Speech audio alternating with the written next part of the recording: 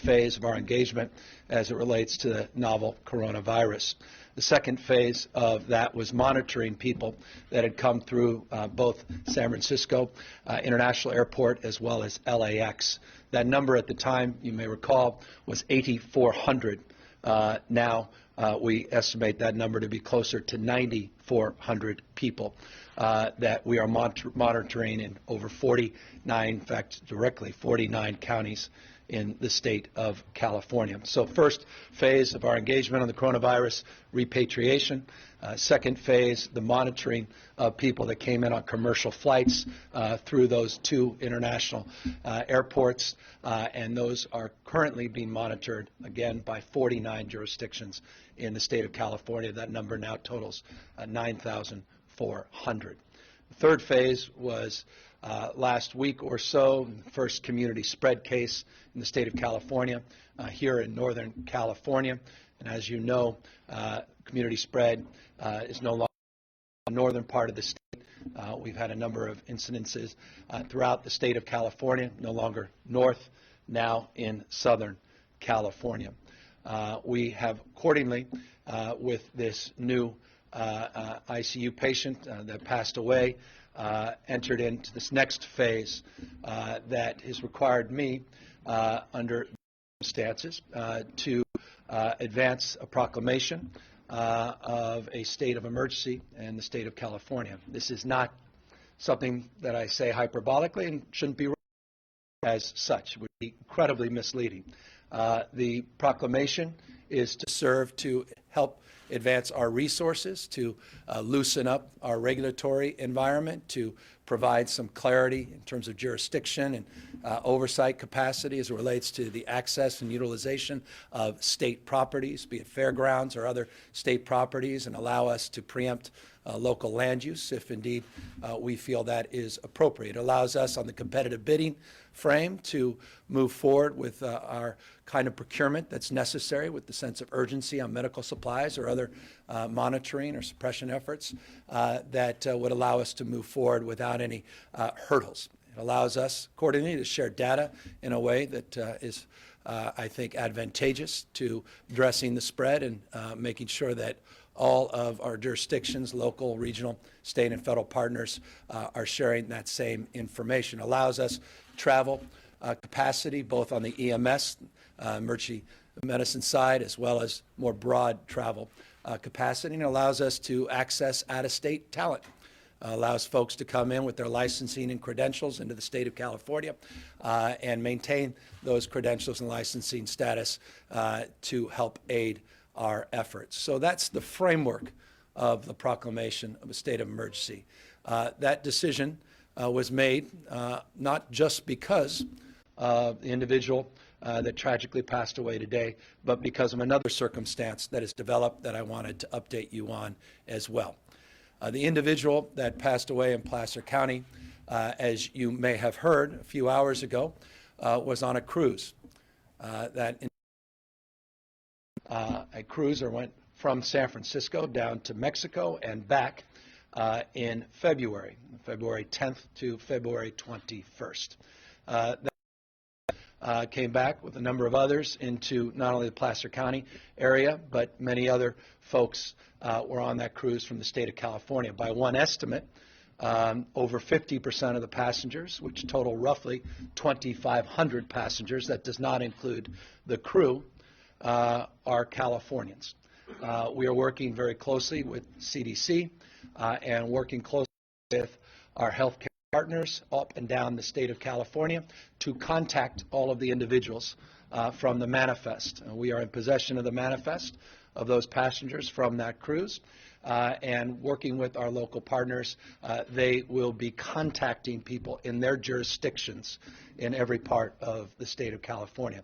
Those that are not California residents, the CDC is advancing protocols to do the same for folks that reside in other parts of this country, and we are assessing how many people were on that cruise from other parts of the globe as well. What is important for you to know is the following. That cruise that ended on the 21st, that same ship set sail a few days later to Hawaii. That cruise ship is making its way back towards the state of California, specifically back to the city and county of San Francisco. It was due to arrive this evening. That ship, we've requested to be delayed, the arrival to be delayed, and the ship is currently off the coast, and currently that ship is now being delayed to provide ample opportunity for the CDC, partnership with Coast Guard and with state health officials to conduct tests, because we have a number of passengers and crew members that have developed symptoms on this cruise ship. It's a Grand Princess cruise ship.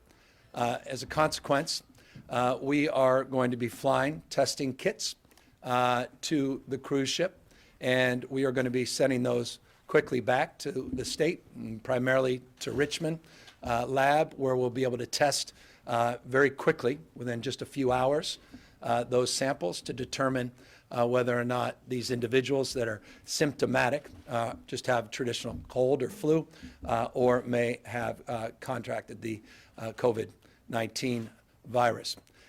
We also will expand the testing protocols to even more passengers, as there are a number of passengers that held over from the Mexico trip and made their way on to the second cruise into Hawaii. So we are availing the testing protocols not just to those that are symptomatic, but also to address some of the anxieties of those previous passengers that are holdovers on the second cruise.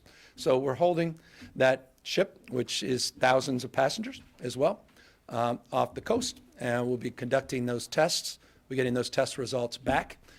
We are working very collaboratively with the federal government and the CDC on the manifest of those passengers that disembarked in the state of California, particularly, as I said, those residents.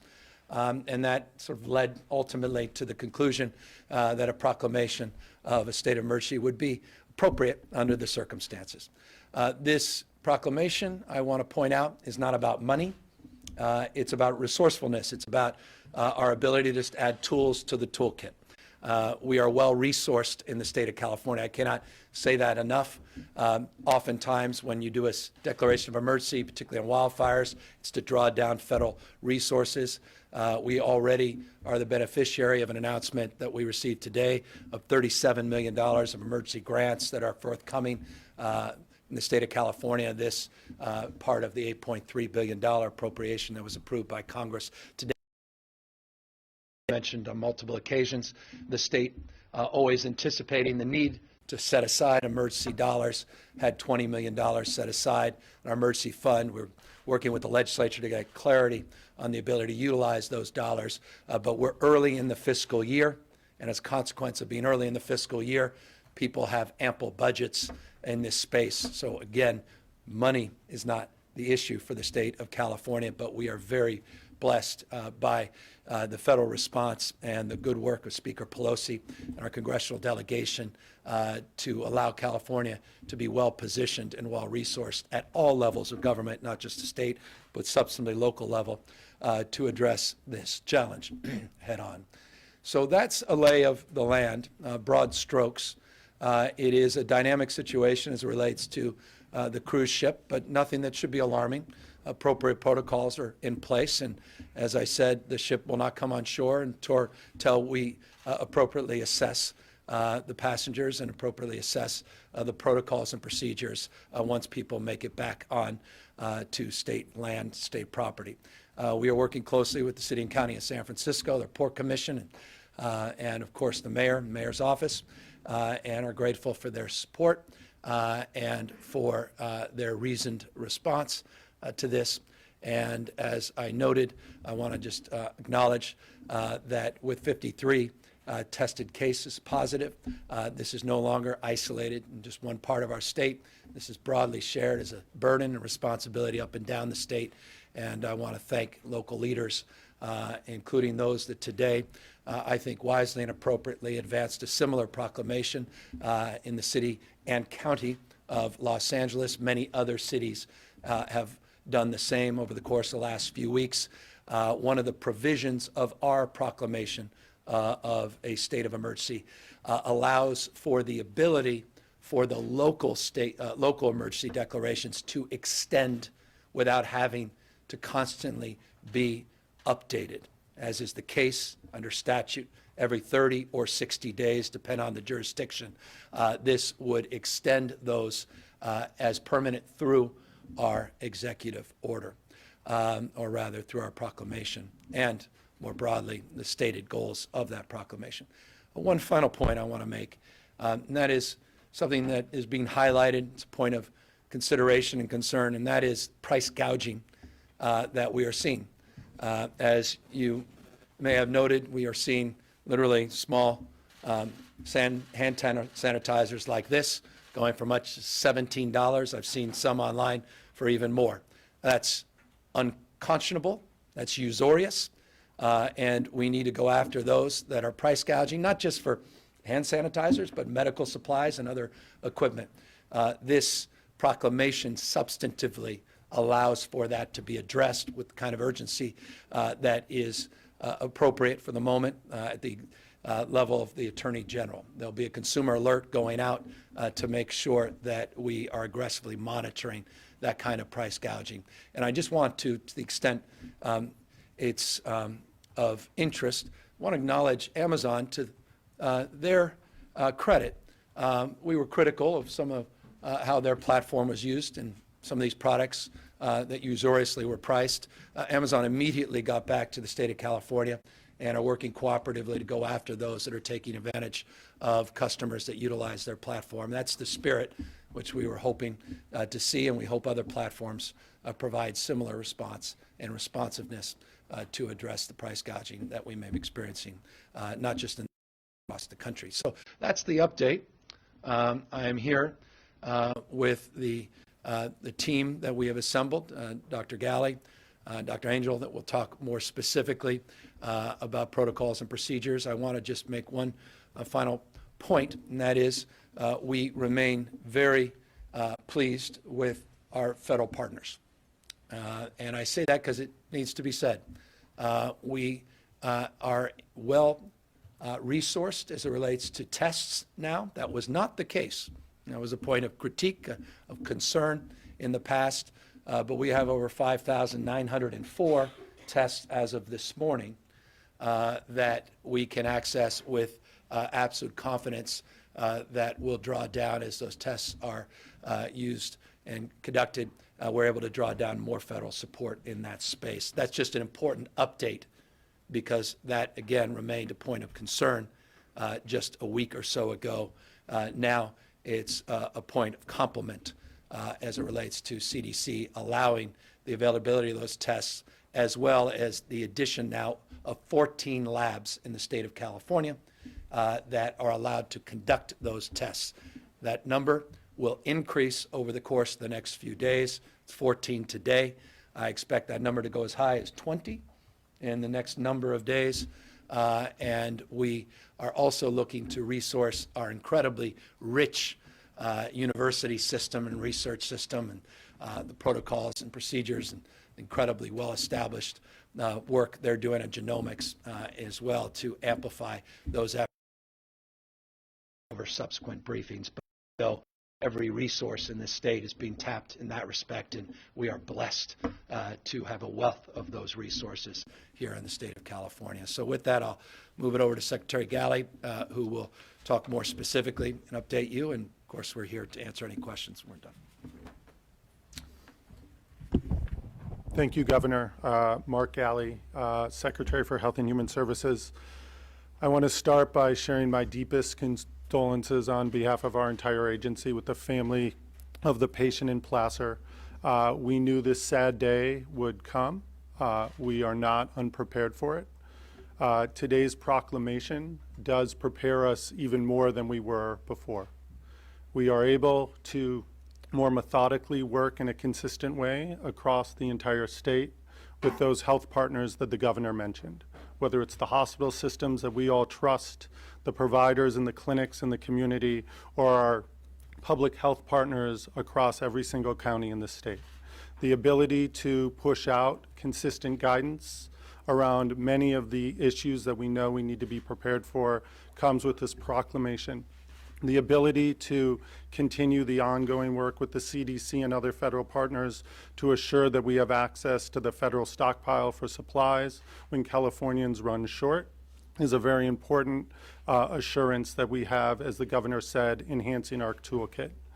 The ability to work with the most vulnerable populations as we learn more about COVID-19, and the fact that older Californians are more vulnerable than younger Californians, that specific populations that don't easily isolate or have easy social distancing measures, we are standing and preparing to provide some of those solutions. So in aggregate, we know today that COVID-19 is still a disease that most people who get it do not experience severe symptoms. But we recognize that in certain regions and in certain populations, they do experience more severe symptoms and require our hospitals and our clinical delivery system to be prepared for that. We continue to work on our pandemic plan for the state, modeling exactly what we expect to see in the days, weeks, and months to come, and preparing for those scenarios. We are working hard with the specific hospitals in counties where we're seeing cases now, and preparing to work with additional hospitals and systems across the state as we anticipate more cases to emerge. Issues like the cruise ship and today's important development with being able to work with more local partners with specific lists of patients or people who may have been exposed to individuals who are positive for COVID-19 becomes easier because of the proclamation. Reaching back out to the federal government for supplies, personnel, and funding is an important part of what we are doing now. I want to thank all of our public partners in the local public health departments. They have been with us along the way. The governor mentioned the great relationship with all of our federal partners. That continues. Regular calls with the director of the CDC and all of his leaders on how we assess our situation, how we ensure we have all of the supplies, and using the best knowledge across the nation. The governor mentioned the wealth of knowledge and interest we have among our very innovative Californians. We have welcomed a lot of great interest and ideas, and we are working with a number of people across the state to make sure that our already robust system can be as great as California can expect. I want to remind you that COVID-19, although we are here talking about our first death, that we know so many people who are going to be positive will not be this sick or nearly as sick as many of the folks we're reporting on in the press and in other reports. That we continue to urge people who are wondering if they are infected, who have mild symptoms or even moderate symptoms, to call their public health department, their provider, their hospital system first, so that they can receive guidance as to whether they should come or whether they should stay at home. And that if they do come, that we're able to accept patients in a very specific way, so we know that we keep staff, our facilities, and the patient as safe as possible. There are a number of other things that Dr. Angel will raise in just a moment about common sense things that we continue to urge people to do. And so despite this turning moment in our effort and response, we continue to feel confident about our approaches, about the information we receive, our partnerships across the state and across the country. And we look forward to ongoing updates as we invest time and energy into pushing out guidance to folks across the state, not just those in the health delivery system, in the public health system, but to all Californians so they can stay abreast with this important situation. And so with that, I will turn it over to Dr. Sonia Angel, State Public Health Officer and the Director of the California Department of Public Health.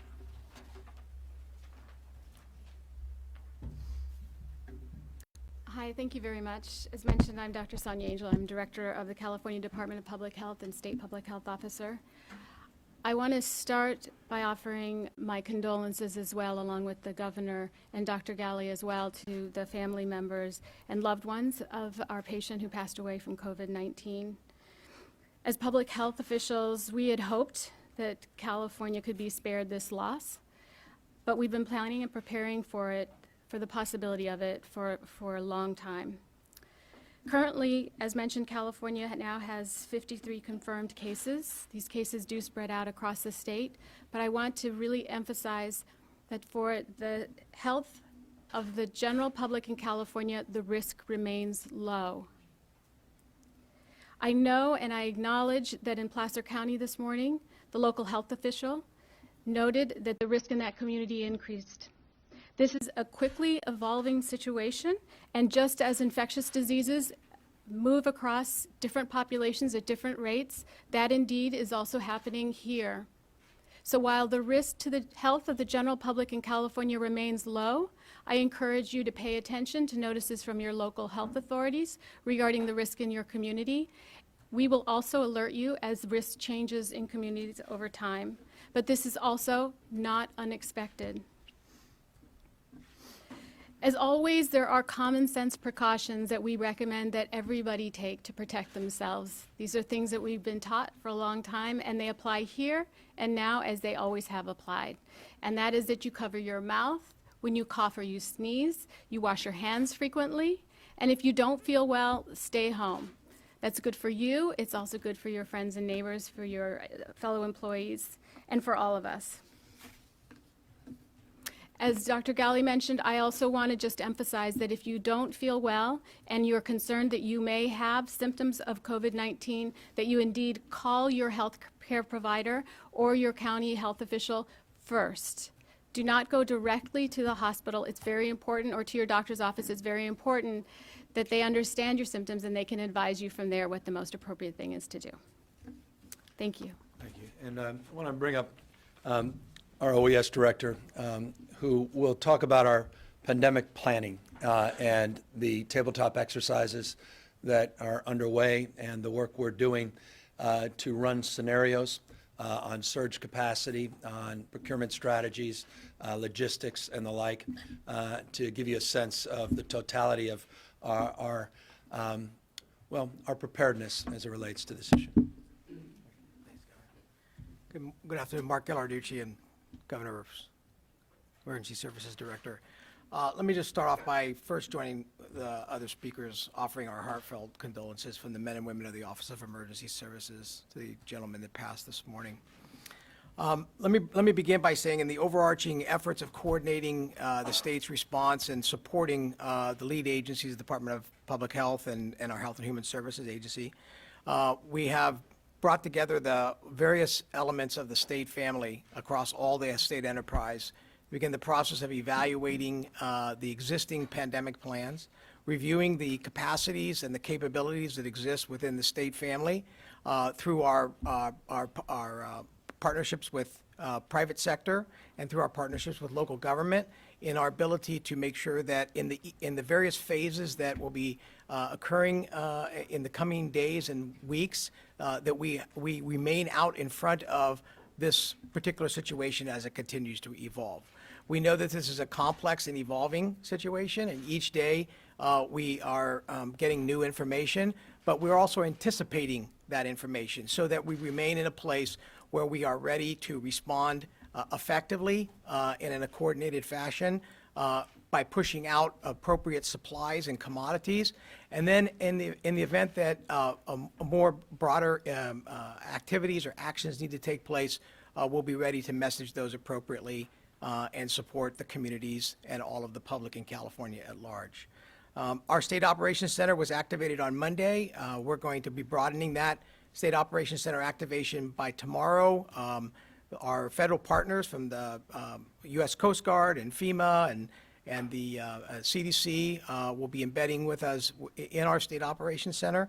There are a number of local operations centers that have also been activated. We're supporting those local emergency operations centers with coordination calls and information. We've actually deployed personnel out to embed with those local emergency operations center. And we've received proclamations from at least 9 counties now throughout the state as they are responding to events that have taken place within the community associated with COVID-19. We're regularly doing conference calls with all of our both public health officials and our emergency management directors throughout all the counties in the state.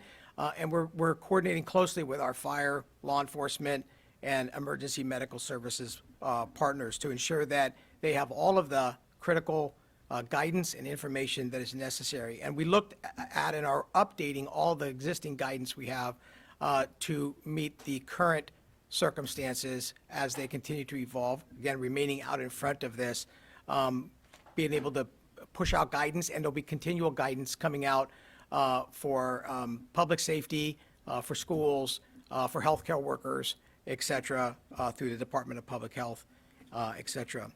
Over the last couple of days, we have begun to actually provide commodities to local governments that have made the request, predominantly N95 respirators for healthcare workers and other public safety personnel. We'll continue to do that, but there's a multitude of other cascading and complex needs, and so we are working closely with our local governments to meet those as necessary. Let me just close by saying that this is sort of a marathon, not a sprint. We're going to continue to be positioned to basically respond accordingly, and we really I ask that all Californians listen to your local public health providers. Make sure that you follow directions of basic hygiene, hand washing. Make sure it's a good time for all families in California, individuals, to check their emergency plan. Make sure you have supplies, the things that are necessary, like we normally talk about here in California. You live in sort of a disaster-prone state, and so we always talk about preparedness, and it's a great time to review your personal preparedness plan. So with that, I'll turn it back over to the governor. Thank you. Just 2 additional points, and we'll happily answer any questions. Obviously, it needs no explanation, particularly with the difficulties and tragedies that have occurred north of us in our neighboring state. We are particularly focused and overlaying disproportionate amount of our energy on nursing facilities, senior centers, other congregant living facilities as well, for people with developmental disabilities and the like. I was pleased to hear Vice President Pence speak to that as well today. So it's a focus frame of urgency for the federal government, certainly is from the state of California's effort, and we are working very closely with our partners in that space, as obviously the vulnerabilities are much more acute for our seniors. I also want to make a point, someone who spent roughly half my life in Placer County. It's a large landmass, it's a small community, and I know how impactful this has been, even beyond the direct impact of family members have lost a loved one and friends to that broader community. And so we are very sensitive to the needs of rural California and rural communities, and we recognize our unique responsibility to do more to soften the edges and to make sure that we're present and prepared to meet their needs as well. I want to extend that because we also have another case that we are monitoring very closely in Sonoma County, an individual that apparently was on the same cruise that is in very difficult condition. And I can't comment more specifically than that, except to say we have one other case, an individual on that previous cruise that apparently was with this gentleman as it relates to that trip to Mexico. It gives you a sense of the enormity of weight, the human toll that this virus can take on the most vulnerable. At the same time, I'm a father of 4, and having spent a good part of my day with my children yesterday at Sutter's Fort, dressed in appropriate historic garb, talking to teachers, talking to parents, talking to other children. I have great confidence in our capacity to meet the needs of our children, and I recognize, as all of you and all the experts do as well, that we are in a position we can confidently say, based upon what's happened around the rest of the world, that our children, healthy, younger people, are in much better shape to withstand this virus than older individuals that have other complications. And I just say that again as a parent to calm the nerves of those that understandably are anxious. Final point. We are assessing, because I inevitably imagine you'll be asking about issues of social isolation, issues around our sense of safety of people being in large crowds and the like. We're not in a position to make any pronouncements or directives or recommendations in that space as it relates to the current status of the virus in the state of California. As I said, it's taken many shapes, and all of them, I'll repeat, all of them were anticipated. And all of them have occurred in the kind of sequence that has given us an opportunity not only to prepare, but to respond. And so I just want folks to know that none of this takes us, sadly, by surprise, including the tragic loss of life today in Placer County. I'm pleased that the task force, the federal task force, will be convening in Washington State, and we look forward to continuing our work and partnership with the federal task force, and again, the remarkable partnership that we have well established with the CDC. We're happy to take any questions. Governor, any further consideration of more emergency regulations on cruise ships or ports along the California coast? Now that you have this one cruise ship being held off the coast after that? Yeah, I mean, clearly, we would be neglectful if we didn't consider those protocols with a different sense of urgency. I mean, there's just the magnitude of having a manifest with which a majority are residents of the state of California, and of course, then the rest all across the country, that matter around the rest of the world. That's in addition on this ship, I think do require different protocols and procedures and consideration, particularly in ports call like the state of California, up and down our coast, and obviously other parts of this country. So that is certainly being reviewed with a deeper sense of urgency in real time. And I can assure you there's a reason that we didn't want the ship in the port of San Francisco in the state of California this evening, as was anticipated earlier. And we are working very closely to establish those new protocols in real time. Is there a timeline or a goal to have the Grand Princess fully assessed and tested? Yeah, we'll be able to get the testing kits out there very shortly. We'll be flying them out off the coast. As I said, we're now into a turnaround of roughly 4 hours for testing. We have testing facilities just right here in our own backyard. We have multiple testing facilities, but the one likely to be utilized happens just to be in Richmond. We'll be able to get those tests back. We have a few hundred that we'll be sending out in the first tranche, and we're working very closely with the CDC on establishing those protocols, Coast Guard as well. It's not our jurisdiction. An individual come in to the state, into our various counties, then it's in our jurisdiction, but it's certainly in our space of partnership and spirit, and we are going to have much more clarity on those that are symptomatic, whether or not they have contracted the virus or not, and we'll have a much better sense of what to do next. And how long do you think the ship will be? Once these tests are conducted, we'll get those back within hours, and then we'll make an appropriate assessment. And the current status of the ship is off the coast. It's a day at least out in the natural course. So even if we decided to give them a green light, we'll have additional time.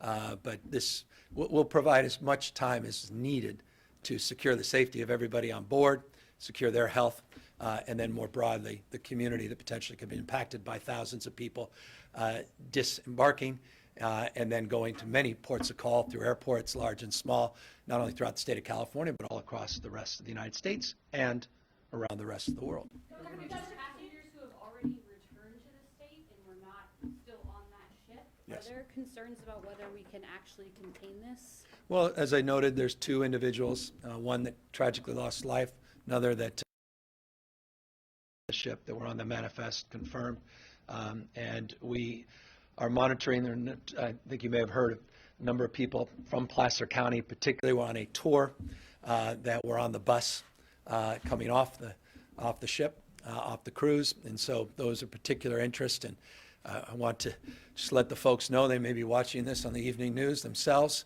learning about tragic death of someone they were on the cruise with that may not have been contacted, to contact their local health department, and we will quickly assess their needs and provide the appropriate support. By the way, I want to remind people one of the more significant announcements was made today as it relates to the essential benefit now of a lab test. That's been an impediment for people that don't have resources to want to even access the test because they can't afford it. So I want to remind people in the state of California, our Medicaid in California is Medi-Cal. If you have Medi-Cal, it's reimbursed. If you have Medicare, it's reimbursed. If you have a private health plan, it's now an essential benefit, it's reimbursed. That is very significant. So people should not feel any anxiety about requesting and demanding the test. And the reason we are so focused on tests is we want point of contact diagnosis made available everywhere. And getting these tests out, not only the kits provide multiple individual tests, and getting those across our health delivery system is critical and gives us a better sense of what we're up against. Accordingly, there will be a point in time where it'd be nice to do community surveillance so we can more broadly assess community at large, not just individuals that have symptoms that are requesting the test. We will not know the scope of this until we broadly test, not just individuals that self-identify themselves as in need of a test. And I think this is a critical next phase and part of the conversation everyone should expect we will be having. But we have the resources, we have the capacity. By this evening, we will have contacted every county health official that has someone that came off this cruise that has appeared on the manifest. They will have their contact information, and they will begin the process to contact those individuals. That is not an easy job. I'm not naive about the scope of quite literally hundreds and hundreds of people, but we have the capacity to do it. I'm sorry, Dan, what was that? Do you believe people should take cruises these days? Are you recommending? Let me answer that question in about 48 hours when we assess a little bit more of the facts around this. Look, there's obviously heightened anxiety, and that's heightened anxiety that we are quite familiar with in the state of California as we repatriated another cruise from overseas that experienced a similar outbreak and then quarantine. So this seems to be self-evident, more of a trend, and I think it's going to be need to be dealt with head-on by the not, we will certainly assert ourselves much more aggressively. Ma'am. All of those passengers got off and the boat was completely empty and then it turned around and went to Hawaii, or did some people stay? Some people stayed. Number of people are being stayed. So I mentioned the number of passengers and crew that have self-identified themselves as having symptoms. Could be cold, could be flu, not all necessarily any with COVID-19. But there are a subset of the passengers, very small in terms of the total. We have estimated anywhere 50 to 60, but give us some room on that as we get more details, that stayed over.